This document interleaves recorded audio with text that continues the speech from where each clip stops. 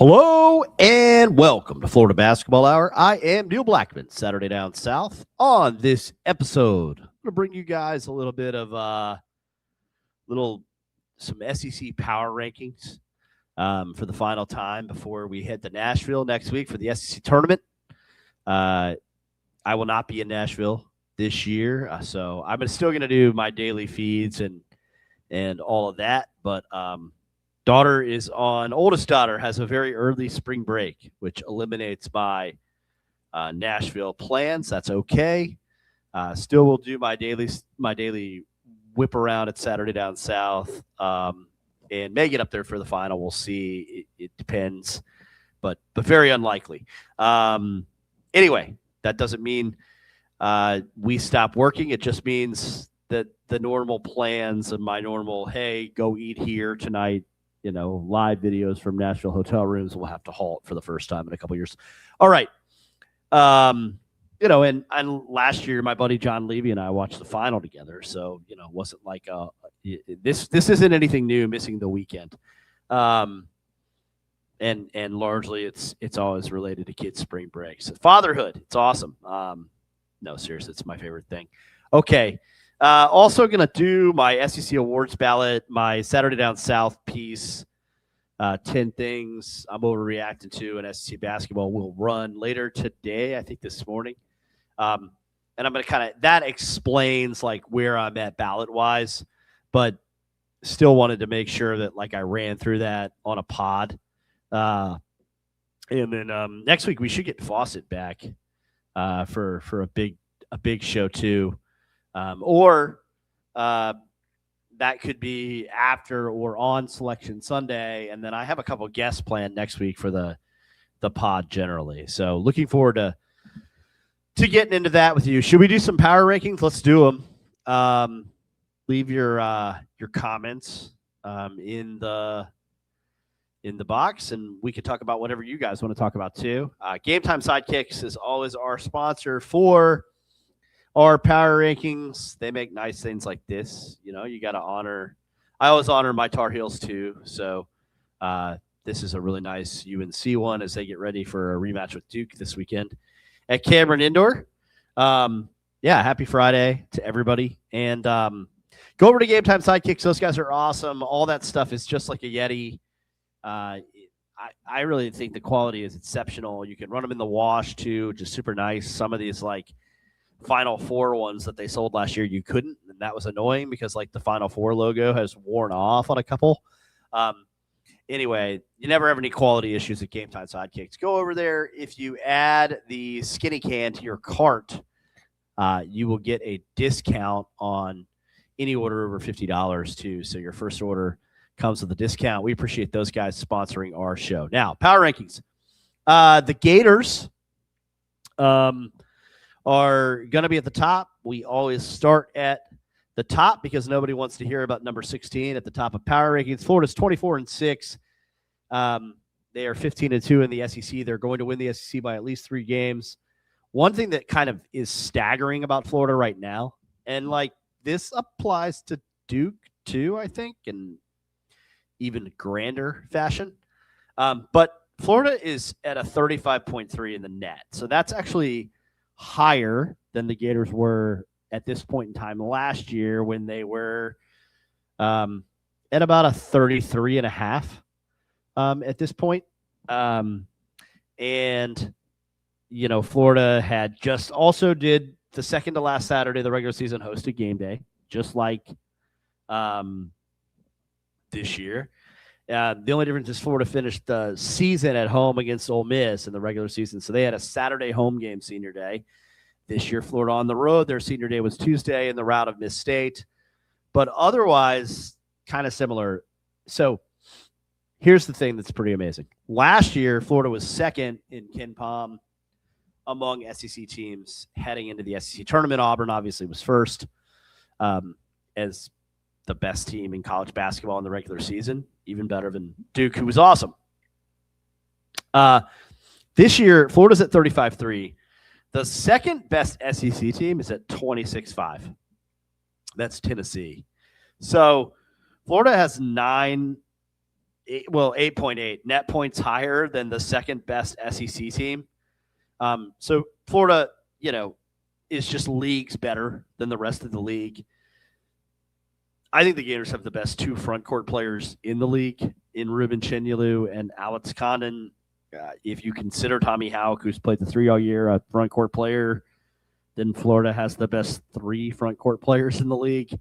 But I think what's really interesting and why Florida's sort of situation is a little distinct and maybe the ceiling for this team is higher is that, like, we're not talking about this backcourt as being one of the best in college basketball, and they never had to be. They didn't have to be the generational backcourt that Florida had last year for Florida to compete to go back to the Final Four. I said that back on Max Barr's show and Blake Level's show before the season, said it on SEC radio. Like, the story of this backcourt was to be a competent group that did not turn the ball over and functioned as a complement to this front court. They've done more than that, in my opinion. Like, Erwan Klavzar might be the SEC Sixth Player of the Year. We did not vote for him. Fawcett and I did this ballot together. We'll get to it. But, like, what backcourt in the SEC are you taking over Florida's right now? Like, if you were just plugging and playing, like Arkansas, sure. Would you take Tennessee just because they have Jacoby Gillespie? I wouldn't, because the second best guard Tennessee has is Bishop Boswell, who isn't as good as anyone that plays on Florida's roster, right? Georgia, like, you could make that argument. Jeremiah Wilkinson, Smurf Millender, who was our Sixth Man of the Year vote, Blue Kane, one of my favorite players in the league. Like, you could argue that, I think. But so, like, let's say it's Arkansas, Georgia, and Alabama. Like, who after? Like, are you taking Vanderbilt because it's Tyler Tanner, Duke Miles, Frankie Collins has a lot? Like, you could make that argument, right? But, I don't know if I agree with that argument anymore. Now, Fawcett might disagree with me because Duke Miles has been better than kind of anyone expected. But even if you take Vanderbilt slightly, Florida has a top 5 backcourt in the SEC. That's how good Boogie Flan's been the second half of the season, managing the offense, playing great defense, getting into the paint, finishing better through contact. The numbers are about 10 points higher than they were last year on his rim twos. Xavier Lee has been really, really damn consistent in the second half of the league. You kind of know what you're going to get from him. I sometimes wonder why he doesn't take some open shots, but I also understand that, like, Florida wants to play inside when they can, and so sometimes him not taking a wide open 3 because it leads to a good rim 2 makes some sense for Florida in the half court. And then Klavzar has been sensational. What else is there to say about that? And then they found an 8th man in Zay Brown. Like, it's a top 5 backcourt. So Florida has the best front court by a mile, probably the 3 best front court players. They have a top 5 backcourt. And, like, the net ratings and Torvik and the distinction between Florida and, like, the second best team in the league, which in Ken Pom is Tennessee. Who is it in Torvik right now? It's also Tennessee. In the standings, it's Alabama or Arkansas, but, like, we saw Florida play those teams. So that's kind of where, obviously Florida's going to be number 1. Now, you might say, hey, who do you think is number 2? That's why we do power rankings. I still think it's Alabama. I think the reason that I like Bama more than Arkansas is the fact that Aiden Sherrill is arguably an all-league big. Like, he was very close to being on our – Fawcett and I picked two SEC teams, and he was very close to being all SEC with us. And in fact, was a guy I had second team all SEC, and then Fawcett and I kind of went back and forth and scrubbed our list. And Sherrill came off. But, like, Aiden's been excellent in Alabama's streak to win 8 of their last 9 since getting absolutely dog-walked in Gainesville. And that's been the rising tide that lifts all boats. So Amari Allen has now become a consistent starter for them, wasn't eligible for the Sixth Man of the Year award, and, like, actually has seemed to hit a freshman wall. Only had 2 points against Tennessee, only had 3 points against Georgia. Hasn't been playing very well, But Aiden Sherrill has been just a monster from a consistency standpoint. Like, didn't play great against Tennessee from a scoring standpoint, but was great on the glass and had 4 blocks in that win, and has given them some post defense. Like, has risen his draft stock through the defense he's played. Because the deal with the Vols, the deal with Alabama is like, you know what you're getting from those guards, right? Like, LeBaron Philon is pretty clear of everyone in the league except for Acuff, Houck, and Condon in terms of being like one of the best players in the league. And then, Aiden Holloway has been just a classic NATO development story. And Latrell Wright's healthy, has his games. Hasn't gone off against Florida yet, which could concern you if you're a Florida fan waiting to play Alabama again in the SEC tournament, but he can go off. They just have so much talent in that backcourt. And that's why they're like a team that could go to the Elite Eight, and it would, like, I wouldn't blink my eye at all the way that Aiden Sherrill is playing inside. He has given them something to trust under the basket. Now, he's all they got, so if you can wear him out, great.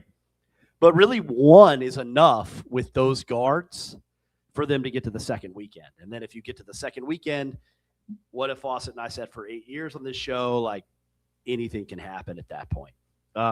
Third is Arkansas for us. We do have them ahead of Tennessee. Darius Acuff Jr., very likely to win SEC Player of the Year, did not receive our vote. You guys saw on Twitter probably our discussion of that and why Thomas Houck was our pick for SEC Player of the Year. It was our pick. It was not my pick alone. Fawcett was in on it with me. I think defense matters. Eric thinks defense matters. The defensive win share numbers for Tommy are 2.5 points higher.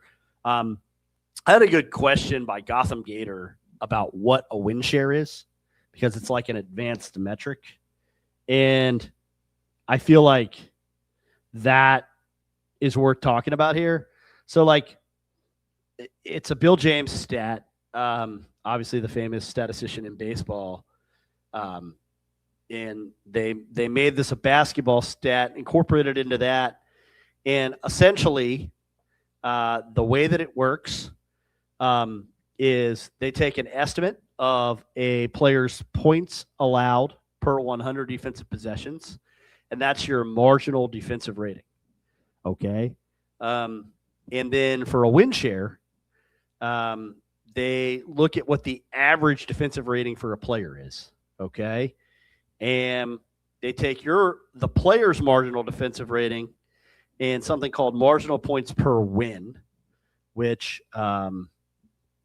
marginal points per win reduces, it's adjusted for pace and tempo, and it reduces your marginal rating a little bit. And then they calculate essentially how many wins an individual's defensive performance compared to an average defensive rating creates in a season. So, like, if you have a 3.1, that means that your defense alone makes your team 3 wins better. Anyway, Acuff and Houck are at 5.1 win shares each. And that's by far and away the best of the SEC. Alex Condon is third at 4.5. He still leads the SEC in defensive win shares by 0.1 over Chinyelu. For those kind of curious as where Kondo is on that. But yeah, Arkansas is a strong 3 for me. I love the bounce back against Texas. I think when they get good, Trayvon Brazil, they have 3 really elite players, right? Like, Billy Richmond has played great. We saw him play great against Florida.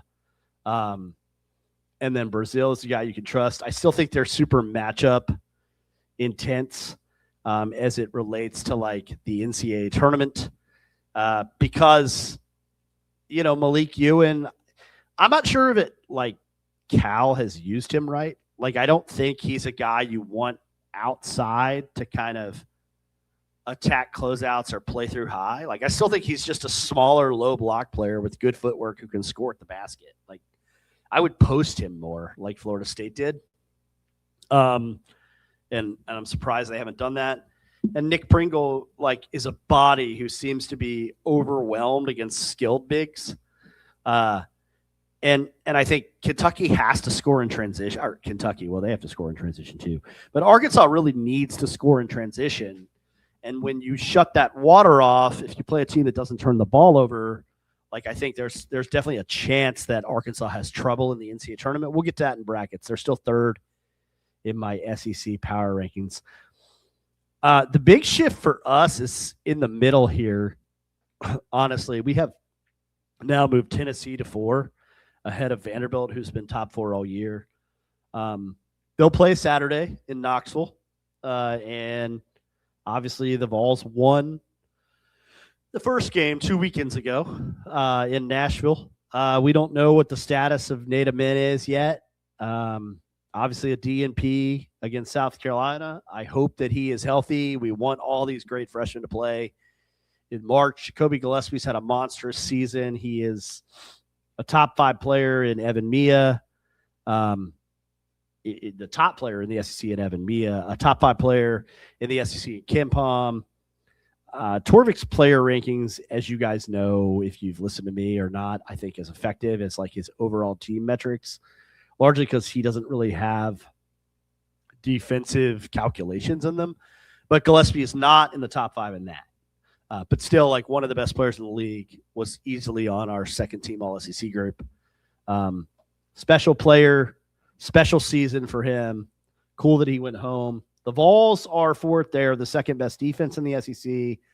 I think that travels. They really punish you on the offensive glass. I think they're a team that can get to the second weekend.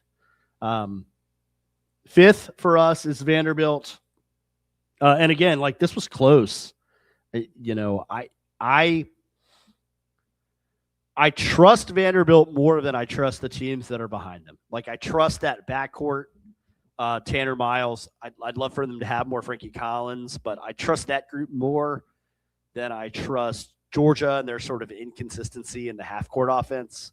I trust that more than I trust Kentucky and their extreme volatility in the half-court offense, and how run-prone Kentucky is.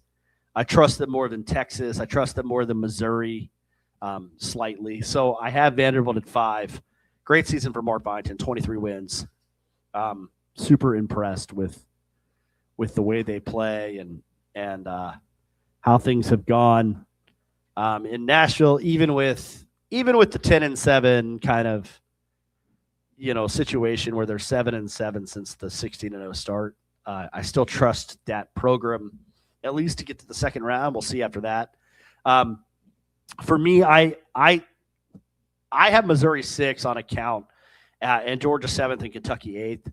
I have Missouri 6 on account of the fact that they just have the nicer upper echelon wins. Like the win over Florida, obviously, is one of the best wins in the SEC. They won at Rupp.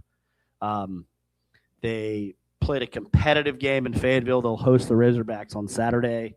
I think Mark Mitchell is spectacular. He was a guy that we felt very easily could have been first team All SEC.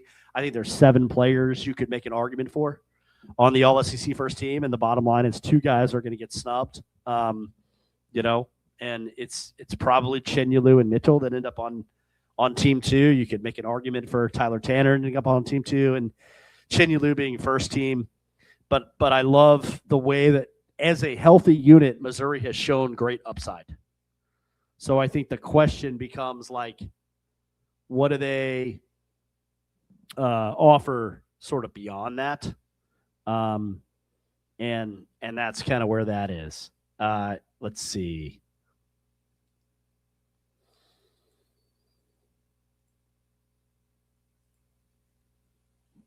Okay. We have Georgia just ahead of Kentucky. The Dawes 21-9, 9-8. I think if they can get out of that 8-9 line, they go to the Sweet 16. I love the way their guards are playing. They've won 4 of 5. Their only loss was at Vanderbilt in an up and down game. They kind of pounded Kentucky a little bit. And, you know, that I thought was super impressive to go to Rupp and really dominate and lead Kentucky the whole game. They need to beat Miss State in Starkville and avoid kind of a bad loss. But if they can get that one and get another one in Nashville, I really think the Dogs, you know, are Sweet 16 bound. Smurf Billender was our 6th man of the year. And then we have Kentucky rounding out our top 8. the most volatile team in the country. Go to the patreon.com/FloridaBB Hour and you'll see Eric Fawcett's film study of them and how, like, it was a weird roster construction. Like, you should lean into your strengths as a head coach. And I think it's tempting sometimes to address your weaknesses, right? And so, like, a Mark Pope weakness pretty consistently in his career has been guarding. And so, like, they went out and spent a lot of money on dudes who can guard first. And that's fine, except that they didn't really fill their roster up with a lot of great shooters. Like, Denzel Aberdeen was always their best shooter, which he's a good shooter. He's a better shooter when there's another lethal shooter around him. Colin Chandler has become that. But, like, those are the two guys that can hurt you from a jump shot standpoint. Otega Owe and Aberdeen are bruisers who can get in the paint and drive and score. But, you know, I think the Cam Williams injury has hurt them. But, again, like, Cam is a defender first who helps you get out in transition. Like, he's not a guy who solves kind of half-court offensive riddles. Jaden Quaintance certainly would have done that because he can get rebounds, but they took Quaintance and paid Quaintance knowing he was coming off an ACL injury. So, again, like, they spent $22 million on a team that they anticipated they could scheme around the scoring issues that were obvious, and they haven't been able to do it. And they've been inconsistent. And, like, if they don't beat Florida on Saturday on Denzel Aberdeen's senior day, what a tragedy that is for Denzel to not get a senior day at Florida. He'll get polite applause at Rupp. He's been there 1 year as a one-year rental on a team that fan base doesn't like. And if they lose, like, we don't need to have the hot seat discussions. We can save that for next month. But Kentucky's going to be, like, on the 8-9 line, and I just don't see a scenario where that Kentucky team can beat a 1 seed. I don't. So I think their postseason is very short-lived. You know, they need this one bad. We'll see if they respond to that need and then can put it together against a Florida team that's kind of head and shoulders better than everyone else.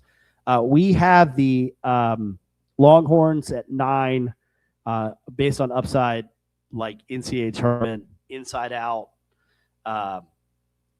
you know, kind of their ability to beat someone good in the NCAA tournament. We trust more than we trust Texas A&M. Mattis Vokiaitis, obviously, we'll get to the free throw line. He's excellent. He's sort of the only big they have, but he's very good. Dalen Swain's an all-league type player. Tremont Mark, Jordan Pope are guards that you know what you're going to get from those two. And they're just excellent players generally. So really good, talented dudes there. Let's see. A&M at 10 for us. Good win over Kentucky.